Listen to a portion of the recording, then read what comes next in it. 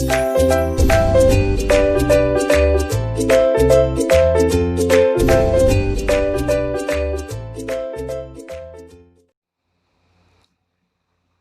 की क्लास में हम देखेंगे फॉर्मूलाज टाइप के आगे के फॉर्मूलाज ऑप्शंस।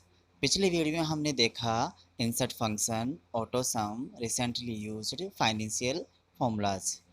और अगर आपने इस फॉर्मूलाज के बारे में या इस वीडियो को अगर आपने नहीं देखा है तो वीडियो के डिस्क्रिप्शन में उस वीडियो का लिंक दे रखा है, आप वहां जा कर के उस वीडियो को देख भी सकते हो, क्योंकि सारे ऑप्शंस को हमने एक एक करके सारे फॉर्मूलाज हमने क्लियर किए हैं। आज इस क्लास के अंदर हम पढ़ने वाले हैं फाइनेंशियल फॉर्मूलाज से आगे वाले ऑप्शंस, जिसमें सबसे पहले बात करते हैं लॉजिकल फॉर्मूलाज की। तो हम इसका फॉर्मूला यूज करके देखते हैं। सबसे पहले हम फॉर्मूले को स्टार्ट करते हैं इक्वल के साइन से, और यहाँ पे लिखते हैं इफ, और यहाँ लिखते हैं कोष्टक। हम ये फॉर्मूला यूज कर रहे हैं, इस फॉर्मूले का हम यूज कर रहे हैं सैलरी के लिए। तो यहाँ पे ये देखना चाहते हैं हम कि किस जो एम्प्लॉय है उसकी सैलरी 20,000 से अबव है और किसकी सैलरी 20,000 से कम है। तो इसके लिए हम फॉर्मूला यूज कर रहे हैं ट्रू और फॉल्स का। तो सबसे पहले हम यहाँ पे फॉर्मूला स्टार्ट करें इक्वल इफ कोष्टक, और यहाँ से हम जो सैलरी का जो कॉलम दे रखा है यहाँ पे, इसमें से हम यहाँ पे सेलेक्ट करते हैं। अब यहाँ पे हमने यूज किया कितनी जो अमाउंट है उससे कितना ज़्यादा आपको वैल्यू होना चाहिए, कितना नहीं होना चाहिए। तो इसके लिए हम यहाँ से यूज करेंगे ग्रेटर देन का साइन। अगर आप ग्रेटर देन का साइन यूज करते हो तो उसके बाद में यहाँ पे ये एक कंडीशन अप्लाई हो जाती है कि ये जो वैल्यू है, इधर जो वैल्यू है, ये जो सैलरी है वो इससे ज़्यादा, कितने से ज़्यादा, यहाँ पे मैंने लिखा 20,000 रुपीज़। अगर 20,000 है, 20,000 रुपये से ज़्यादा अगर इस वैल्यू में जो भी चीज़ आएगी उसको एक कंडीशन अप्लाई कर दिया, उसको क्या शो करेगा, उसका रिजल्ट क्या आएगा, उसका ट्रू फॉल्स में क्या आंसर आएगा, तो वो चीज़ यहाँ पे अप्लाई करते हैं। मान लीजिए यहाँ पे हम जो ट्रू और फॉल्स होता है उसको एक्सेल न्यूमेरिकल कंडीशंस में ड्रॉ करता है, शो करता है। तो न्यूमेरिकल जो कंडीशंस होती है, न्यूमेरिकल्स जो होते हैं उनको एक्सेल हमेशा डबल कोटेड में नहीं लिखता, वो विदाउट कोटेड में ही यूज करते हैं। तो यहाँ पे हम लिखते हैं 1। ट्रू को यहाँ पे लिखा हुआ है, नीचे वैल्यू दे रखी है कि यहाँ पे वैल्यू के बाद में इफ आता है ट्रू। अगर ट्रू को हम न्यूमेरिकल में ड्रॉ करेंगे तो यहाँ पे 1 करते हैं, और फॉल्स को हम यूज करते हैं 0 से, और यहाँ पे कोष्टक को बंद कर लेते हैं। अब यहाँ पे मैंने कंडीशन अप्लाई कर दी कि जो भी वैल्यू यहाँ सैलरी, जिस भी की सैलरी 20,000 रुपये से अधिक आएगी उसके लिए ट्रू आएगा, और अगर जिस एम्प्लॉय की सैलरी 20,000 रुपये से कम है उसके लिए फॉल्स आएगा।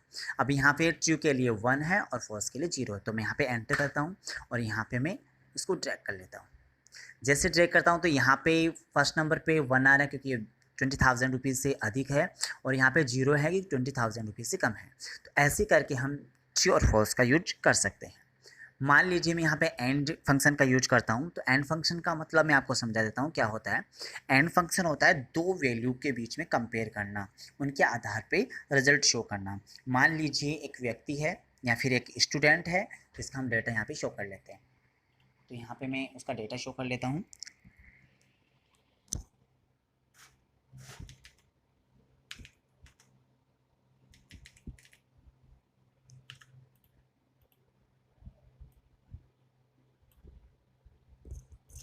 इसकी थोड़ी साइज हम बढ़ा लेते हैं ताकि आपको अच्छे से दिखाई दे। राहुल एक स्टूडेंट है जिसको हम अच्छे से सीखेंगे कि राहुल के डेटा के अकॉर्डिंग इसको कैसे यूज करें। मान लीजिए इसकी 2 सब्जेक्ट में मार्क्स आए हैं, हिंदी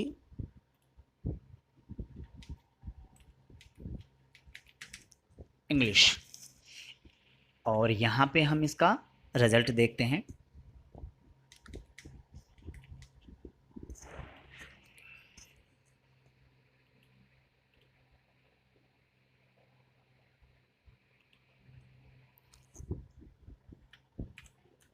अब यहाँ पे हम एक सीट बना लिया हमने, और इस सीट को हम अच्छे से मैनेज कर लेते हैं ताकि आपको अच्छे से समझ में आए।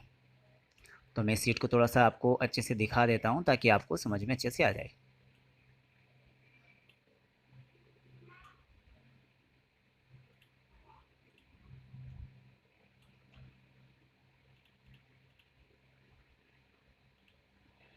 अब यहाँ पे राहुल और के जो मार्क्स हैं वो यहाँ पे हम ड्रॉ करेंगे। मान लीजिए यहाँ पे 50, 80 और 40 और 30, ऐसे हम इंग्लिश के भी मार्क्स इसको ड्रॉ कर देते हैं।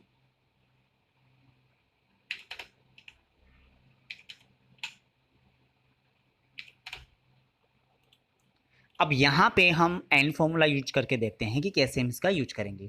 तो यहाँ पे दो कंडीशन अप्लाई कर दी, यहाँ पे कंपेयर करना है हम दोनों के आधार पर, उनके आधार पे हमको यहाँ पे रिजल्ट शो करना है।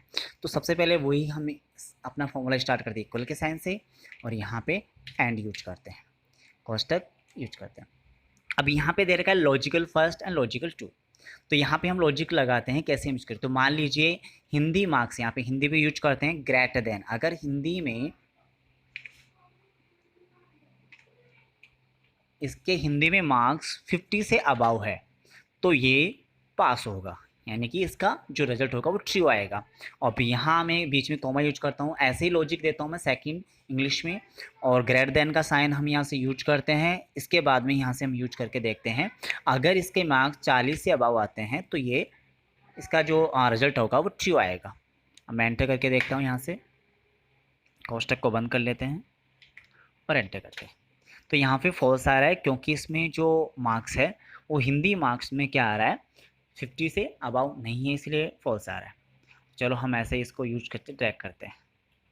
अब यहाँ पे सभी स्टूडेंट का फॉल्स आ रहा है क्योंकि किसी भी स्टूडेंट का यहाँ पे कंडीशन के अकॉर्डिंग अप्लाई नहीं कर पा रहा है। तो यहाँ पे मान लीजिए मैं इसको 60 करता हूँ, तो 60 करते ही ऑटोमेटिकली ट्रू आ जाएगा क्योंकि यहाँ पे जो मार्क्स है वो 50 से अबाव है। मान लीजिए यहाँ पे इसके 60 है और यहाँ पे 40 से अबाव होना चाहिए, यानी कि 41 भी करते हो तो ये अमाउंट यहाँ पे जो दे रखा है, सॉरी मार्क्स यहाँ पे दे रखे 41 से अबाव, तो यहाँ पे आपका रिजल्ट ट्रू हो जाएगा। तो ऐसे हम इसका यूज करके देख सकते हैं। तो ये था एंड, ट्रू और फॉल्स का फॉर्मूला, लॉजिकल फॉर्मूला। इसके बाद हम बात करते हैं नेक्स्ट ऑप्शन की। फॉर्मूला बार में नेक्स्ट ऑप्शन आता है टैक्स का, यानी टैक्स फंक्शंस के यूजेस क्या होते हैं वो हम देखेंगे। तो सबसे पहले देखो टैक्स ऑप्शंस में भी बहुत सारे फॉर्मूलाज दिए गए हैं जिनके फंक्शंस का यूज हम अलग अलग जगहों पे अलग अलग यूज करते हैं। तो यहाँ से हम कुछ फॉर्मूलाज का यूज करके हम आपको दिखाते हैं। मान लीजिए यहाँ से कुछ फॉर्मूलाज है जो टैक्सेस के लिए यूज करते हैं। यहाँ पे हमने कुछ फॉर्मूलाज ले लिया, जैसे अपर, लोअर, लेन, लेफ्ट, राइट, प्रॉपर और रिपीट। इन फॉर्मूलाज का हम यूज करके देखेंगे। तो मान लीजिए अपर ऑप्शंस का हम फॉर्मूला का यूज करते हैं। पहले जो फंक्शन लिखा हुआ वो अपर, अपर का मतलब होता है जो भी टैक्स आपने लोअर लेटर में लिखे हुए हैं, मतलब आपके जो टैक्सेस है वो किसी भी कैटेगरी में लिखे हुए हो, उनको बड़े अक्षरों में यानी कैपिटल लेटर में कन्वर्ट करने के लिए अपर फॉर्मूला या अपर फंक्शंस का यूज करते हैं। जैसे कि हमने यहाँ पे इस फंक्शन ऑप्शंस का यूज करते हैं, तो सबसे पहले हम इक्वल का साइन यूज करेंगे, यहाँ से लिखेंगे अपर, और यहाँ पे हम टैब की यूज करेंगे। टैब की यूज करने के बाद भी यहाँ पे लिखा हुआ है, देखो कंडीशन बता रहा है टैक्स, तो यहाँ पे हम टैक्स को क्लिक करते हैं, कोष्टक यहाँ से बंद कर दीजिए, उसके बाद में एंटर। तो जितने भी ये टैक्सेस जो अपने सेंटेंस लिखे हैं वो सारे कैपिटल लेटर में ऑटोमेटिकली कन्वर्ट हो जाएंगे। तो देखो यहाँ से लिखा हुआ है कि जो टैक्सेज है वो ऑटोमेटिकली कैपिटल लेटर में कन्वर्ट हो चुके हैं। इसके बाद में बात करते हैं हम लोअर की। तो इस फंक्शन का यूज हम जो लेटर्स दे रखे हैं उसको लोअर लेटर में कन्वर्ट करने के लिए किया जाता है। इसका भी हम सेम फॉर्मूला यूज करेंगे, इक्वल लोअर, तो यहाँ से हम यूज कर सकते हैं, और यहाँ पे टैब यूज करेंगे। इसके बाद में ही हम यहाँ से टैक्स को सेलेक्ट करेंगे। यहाँ पे देखो सेंटेंस जो टैक्स लिखा हुआ है वो इसमें फर्स्ट जो कैरेक्टर है वर्ड का वो कैपिटल लेटर है। अगर हम जैसे इसको टाइप करते हैं तो यहाँ सारे के सारे टैक्स क्या हो जाएंगे, स्मॉल लेटर में कन्वर्ट हो जाएंगे। दूसरे ऑप्शंस की बात करें या आगे हम लेन फंक्शंस की यूज की बात करें, तो लेन फंक्शन का यूज होता है अपने जो भी सेल के अंदर जितने भी टैक्स हमने लिख रखे हैं उन टैक्स को काउंट करके बताता है कि हमने इसमें कितने टैक्स लिख रहे हैं, मतलब कितने अक्षर इसमें टाइप किए हुए हैं। तो आप यहाँ से इक्वल कर सकते हो, आप टाइप भी कर सकते हो, या फिर आप यहाँ से भी यूज कर सकते हो लेन फॉर्मूला। तो यहाँ से मैं लेन का क्लिक करता हूँ, यहाँ से कितने टैक्स, तो यहाँ पे टैक्स का यूज करेंगे, तो टैक्स यहाँ पे हम सेलेक्ट कर देते हैं और यहाँ से ओके कर देते हैं। तो यहाँ पे 21 टैक्स, यानी कि इस टोटल सेल के अंदर 21 टैक्स लिखे हुए हैं, अक्षर लिखे हैं। अब नेक्स्ट फॉर्मूला बात करते हैं यहाँ पे लेफ्ट की। ये फॉर्मूला क्या काम आता है, ये फॉर्मूला जो टैक्स में हम सेलेक्ट करते हैं या जो सेल हम सेलेक्ट करते हैं उस सेल के लेफ्ट में से कैरेक्टर को काउंट करता है गिन के बताता है कि कितने कैरेक्टर हमको लेना है या प्रिंट करना है। तो मान लीजिए यहाँ पे मैं इक्वल करता हूँ, यहाँ से आप एक्स फॉर्मूला में जा करके यहाँ से लेफ्ट फॉर्मूला यूज करोगे। अब यहाँ पे पूछेगा कितने कैरेक्टर आपको लेना है लेफ्ट से, तो वो आप ही बता सकते हो। तो हम सबसे पहले टेक्स्ट को सेलेक्ट करेंगे, इसके बाद में सेकंड नंबर पे हमको 5 कैरेक्टर लेफ्ट से प्रिंट करना है। ओके करके देख लो, और यहाँ से लेफ्ट साइड से 5 कैरेक्टर आपने यहाँ पे प्रिंट कर दिया, यहाँ पे ले लिया। जैसे यहाँ पे राकेश का एच यहाँ पे हटा चुका है। ऐसे ही सेम टू सेम हम राइट का यूज कर सकते हैं। तो जैसे ही क्लिक करेंगे यहाँ पे राइट टैक्स हम यूज करेंगे, तो यहाँ पे राइट का फॉर्मूला यूज कर लेते हैं और यहाँ पे वही कंडीशंस हम अप्लाई करेंगे। और यहाँ पे राइट से कितने कैरेक्टर प्रिंट करने हैं, मान लीजिए यहाँ पे 5 कैरेक्टर प्रिंट करने हैं। तो यहाँ से देखो राइट से 5 कैरेक्टर यहाँ पे प्रिंट कर लिया है। अब यहाँ पे आपको एक यहाँ पे 4 कैरेक्टर दिखाई दे रहे होंगे, एक यहाँ पे स्पेस भी काउंट करता है। नेक्स्ट यहाँ पे फॉर्मूले की बात करें हम, तो यहाँ पे प्रॉपर का मतलब होता है प्रत्येक वर्ड का पहला अक्षर ये बड़ा कर देता है, यानी कैपिटल लेटर में कन्वर्ट करते हैं। तो चलो हम यहाँ पे इक्वल करते हैं और यहाँ पे प्रॉपर का फॉर्मूला हम यूज करते हैं।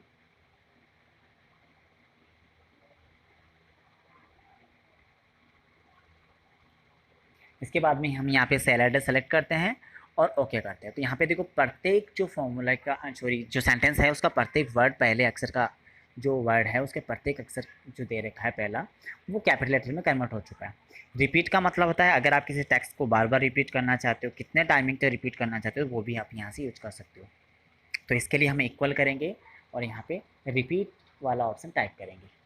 तो यहाँ से हम टैब की यूज कर सकते हैं और यहाँ पे मैं ये वाला स्टाइल यूज कर रहा हूँ राम, और मैं इसको यहाँ से कोमा करके या फिर आप डायरेक्टली टेक्स्ट फॉर्मूला में जाकर भी यूज कर सकते हो। और मुझे इसको चाहिए 3 टाइम, यानी मुझे ये राम जो टेक्स्ट लिखा हुआ है वर्ड लिखा हुआ है वो 3 टाइम पे चाहिए, यानी 3 बार और लिखना है। तो यहाँ पे देखो आपका जो राम लिखा हो 3 टाइम पे यहाँ पे रिपीट हो चुका है। तो हम यहाँ से यूज करके देख सकते हैं। ये था टेक्स्ट फंक्शंस के यूजेज। इसके बाद में ऑप्शन आ रहा है अपना डेट एंड टाइम का। इस फॉर्मूले के माध्यम से, इस फंक्शंस के माध्यम से हम डेट एंड टाइमिंग से रिलेटेड फॉर्मूले यूज कर सकते हैं। तो इसके लिए प्रॉपर्ली हम एक अलग विंडो में बना रखा हूँ, सीट बना रखा हूँ, तो उसके लिए हम यूज करके दिखा देते हैं। सबसे पहले मान लीजिए आपको यहाँ पे डेट एंड टाइमिंग यूज करना है, तो मैं यहाँ से कुछ डेट एंड टाइमिंग यहाँ पे यूज कर लेता हूँ। इसको मैं थोड़ा बड़ा कर लेता हूँ, साइज इसकी बढ़ा लेते हैं ताकि आपको अच्छे से समझ में आए। ये जो हैज का यहाँ पे सिंबल आ रहा है वो कोई एरर नहीं है, कोई रॉन्ग नहीं है। ये सेल में जो आपकी जो सामग्री लिखी हुई है, मतलब जो मैटर लिखा हो वो सेल की साइज से ज़्यादा है, तो आप सेल को बढ़ा सकते हो, कॉलम की विड्थ को बढ़ा लो, ठीक है।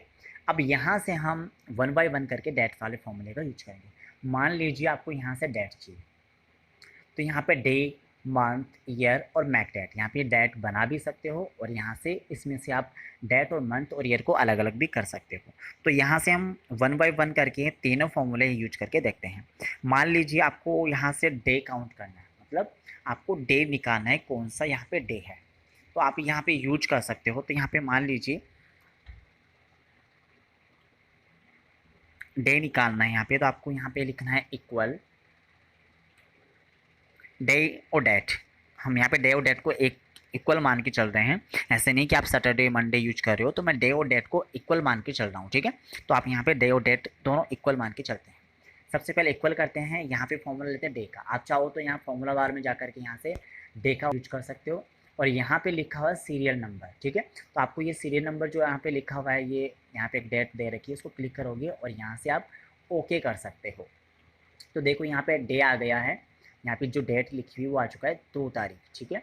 इसके बाद में हम मंथ काउंट करते हैं, तो सिंपल सा है इक्वल, और यहाँ पे मंथ आपको टाइप करना है या फिर आप यहाँ से डेट एंड टाइम जा करके आप यहाँ से मंथ यूज कर सकते हो। तो यहाँ पे हम वही यहाँ से सीरीज यूज करेंगे और ओके कर दें। यहाँ पे 1 मंथ यानी जनवरी का मतलब 1 मंथ यानी फर्स्ट मंथ का यूज करें।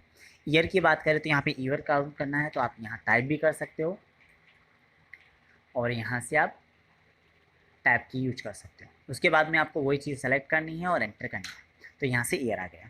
तो ऐसे करके हम डेट एंड टाइमिंग को डेट से अलग अलग कर सकते हैं, कंटेंट हम बना सकते हैं।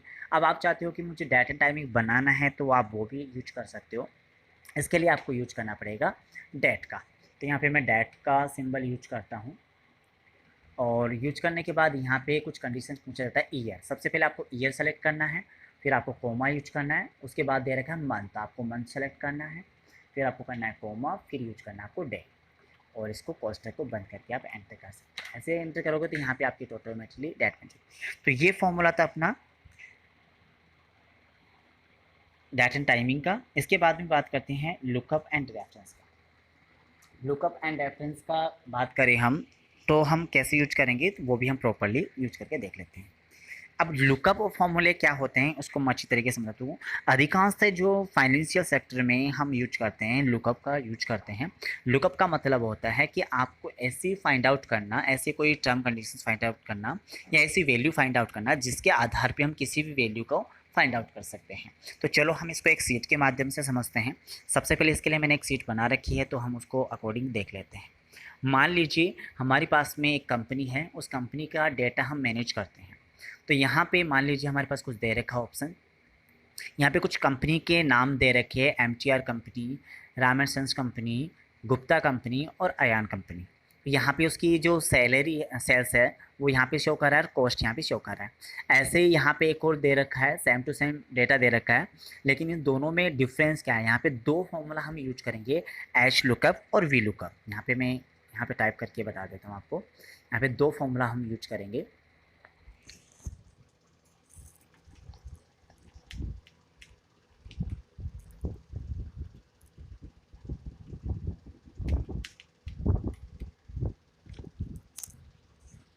सॉरी, मैं इसको टेबल के अकॉर्डिंग ही यूज कर लेता हूँ, एच लुकअप और वी लुकअप। सबसे पहले मैं आपको इस लुकअप के बारे में बता देता हूँ कि एच लुकअप क्या होता है और वी लुकअप क्या होता है। वी का मतलब होता है वर्टिकल। अगर आपको टेबल बना रखी हो, आपका डेटा वर्टिकल रूप में है, तो आप उसमें से कोई भी फाइंड आउट करना चाहते हो, अपने अकॉर्डिंग कोई भी डेटा फाइंड करना चाहते हो, तो आप वी लुकअप का यूज कर सकते हो। और अगर आप डेटा को हॉरिजेंटल यानी कि आड़े रूप में अगर फाइंड आउट करना चाहते हो, तो वो आप वी लुकअप का यूज करोगे। जो लुकअप होता है उसका मतलब किसी भी डेटा को फाइंड कर सकते हो, उसके माध्यम से आप उसके रेफरेंस, जो उसका रेफरेंस आता है, उसका जो सिमिलरिटी रेफरेंस वैल्यू है वो फाइंड आउट कर सकते हो। तो सबसे पहले मैं इसको वन बाय वन करके दिखा देता हूँ। मान लीजिए यहाँ पे कंपनी का नेम दे रखा है गुप्ता कंपनी। तो यहाँ पे मैं जैसे ही कंपनी का नाम चेंज करूँ तो ऑटोमेटिकली उसकी कॉस्ट यहाँ पे फाइंड आउट हो जाए। तो मैं कैसे यूज करूँगा, तो इसको थोड़ा ध्यान से देखिएगा। तो सबसे पहले हम यहाँ पे ये जो अपनी टेबल बनी हुई है वो वर्टिकल साइज में है, ऐसे है। वर्टिकल का मतलब यूं सीधा खड़ा जिसको हम बोल सकते हैं, हॉरिजेंटल हम जिसको बोल सकते हैं, वर्टिकल जिसको बोल सकते हैं। तो ये दो प्रकार के यहाँ पे यूज करते हैं। तो वर्टिकल का मतलब सीधा खड़ा होता है जिसको पोर्ट्रेट हम बोल सकते हैं, और ये हॉरिजेंटल जो होता है उसको हम लैंडस्केप भी बोल सकते हैं, आड़े पेज के रूप में। सबसे पहले हम यहाँ फॉर्मूला इक्वल साइन से स्टार्ट करते हैं। उसके बाद में हम यहाँ पे टाइप करेंगे वी लुकअप।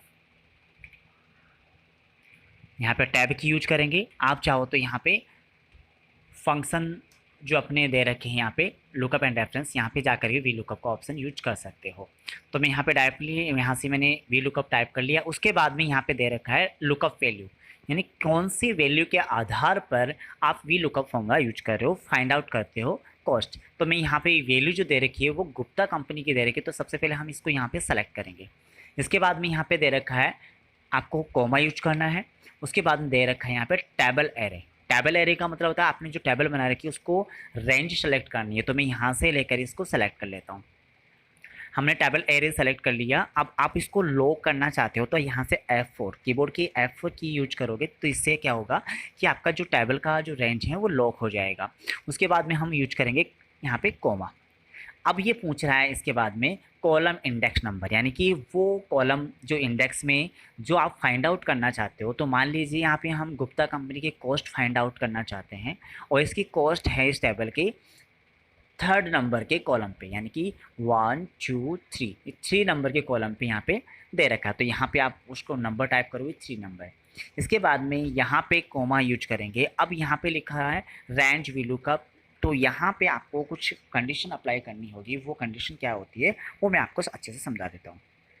यहाँ पे कंडीशंस होती है ट्रू और फॉल्स की, यानी कि अगर आप ट्रू और फॉल्स यूज करना चाहते हो तो उसके लिए एक्सेल आपको दो टाइप्स के डिजिट यानी दो प्रकार के न्यूमेरिकल आपको प्रोवाइड करते हैं।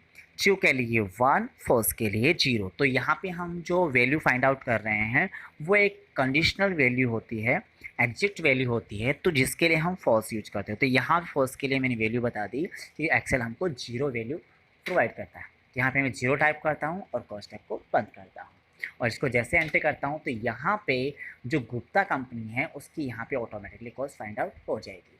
ऐसे अगर आप यहाँ पे कंपनी का नाम चेंज करना चाहते हो, जैसे मान लीजिए यहाँ पे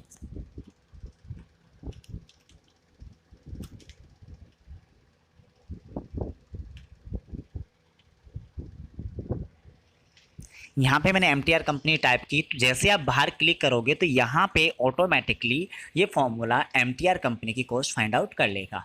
तो यहाँ देखो आपकी 10,000 रुपीज़ यहाँ ऑटोमेटिकली फाइंड आउट कर चुका है। आप चाहो तो चेंज करके यहाँ पे और भी देख सकते हो। तो ये तो था वर्टिकल रूप में वी लुकअप का फॉर्मूले का यूज। अब देखते हैं हम एज इट इज उसी वैल्यू में हॉरिजेंटल रूप में एच लुकअप का यूज। तो मान लीजिए यहाँ पे वही फॉर्मूला हम यूज करेंगे, equal H lookup. Same process इसमें जो दे रखी है वी लुकअप में वही इसी में दे रखी है। यहाँ वैल्यू हम सेलेक्ट करें किसके आधार पे यूज करते हैं, यहाँ पे अयान कंपनी के आधार पे हम यूज करेंगे। यहाँ से हम कोमा यूज करेंगे, टेबल एरे को हम यहाँ पे सेलेक्ट करेंगे और F4 करके इसको लॉक करेंगे। उसके बाद में हम फिर से कॉमा यूज करेंगे। कॉमा यूज करने के बाद में यहाँ इंडेक्स नंबर, तो यहाँ पे आर्यन जो कंपनी है, अयान जो कंपनी है उसकी कॉस्ट कौन सी रो में है, क्योंकि वर्टिकल यूज करते हैं यहाँ पे रो यूज करेंगे। तो यहाँ पे काउंट करके देख लीजिए 1 2 और 3, यानी यहाँ पे भी 3 नंबर की रो में इसका कॉस्ट वैल्यू लिखा हुआ है। तो यहाँ पे हम 3 लिखते हैं, फिर कॉमा यूज करते हैं। यहाँ पे वही हम इसकी कंडीशनल वैल्यू हम इफेक्ट करते हैं ट्रू और फॉल्स के रूप में। तो यहाँ पे इसकी जो वास्तविक वैल्यू है वो फाइंड आउट करना चाहते हैं, जिसके लिए हमको एक्सेल फर्स्ट वैल्यू बताने के लिए हमको न्यूमेरिकल्स डिजिट देता है 0, और आप इसको यहाँ 0 टाइप करेंगे, कॉस्ट को बंद करते हैं और एंटर करते हैं।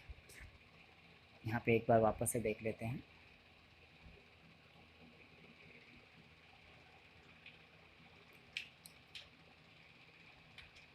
एंटर करते हैं। जैसे एंटर करते हैं तो यहाँ पे आर्यन जो कंपनी है, यहाँ पे आयन जो कंपनी दे रखी है उसका जो डेटा है कॉस्ट है वो यहाँ पे शो कर दी है। आप यहाँ पे चेंज करना चाहते हो, मान लीजिए यहाँ पे मैं गुप्ता कंपनी या राम एंड सन्स कंपनी को सर्च करना चाहता हूँ।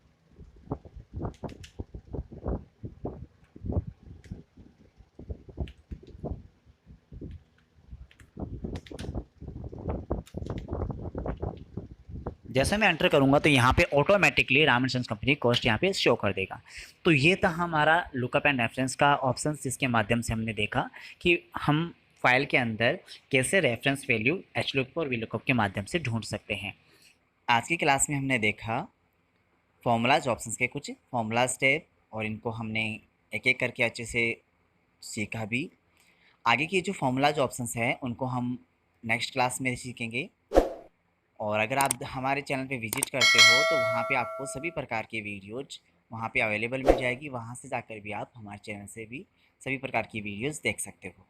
Thank you.